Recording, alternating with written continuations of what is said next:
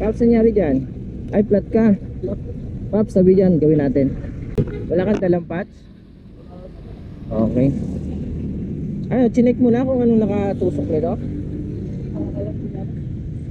Okay, sige. Sige, dito muna, dito tayo. Ay, manipis na. Oo, check. Oo, kailangan ng palitan. Oo, kailangan palitan. Lagi mo siyang ginagamit? Bihira lang.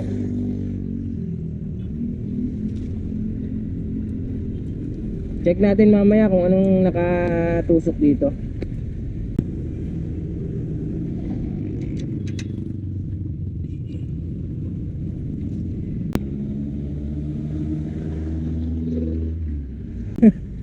Pero, teka lang. Pero nagkakarga naman yan kahit pa. Yan. Hanapin natin kung saan yung tama dito. Wala kang dalang tools kahit isa? Saan? Ito. Sige nga. Naipit nga. Ipit siya. Naipit siya. Teka lang.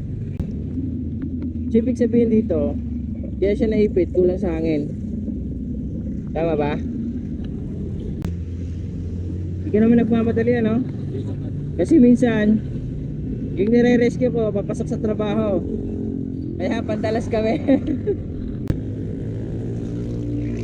Oo, dyan sa looban.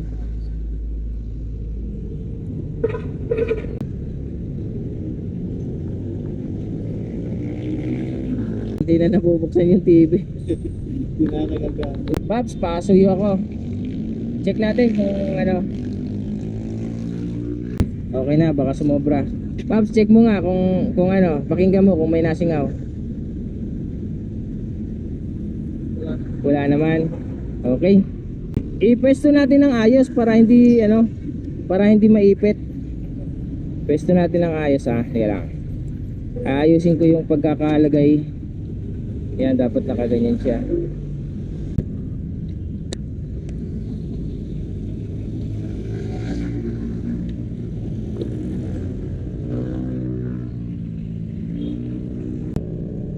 Yan, ipapwesto ko lang ng ayos.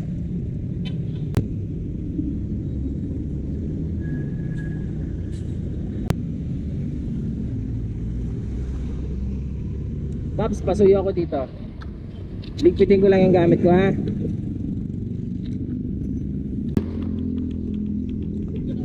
Ha? Tigas na. Okay. Check mo nga.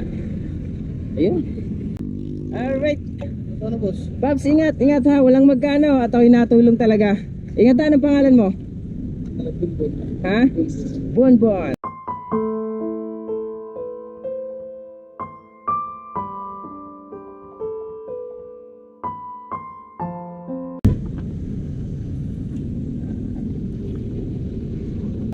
Kalsada, ikaw ay tutulungan na butasan ng gulong o gasolina na ubusan. San man sulok ng lansangan, pag merong pangangailangan ay agad kang titigilan upang kanya matulungan.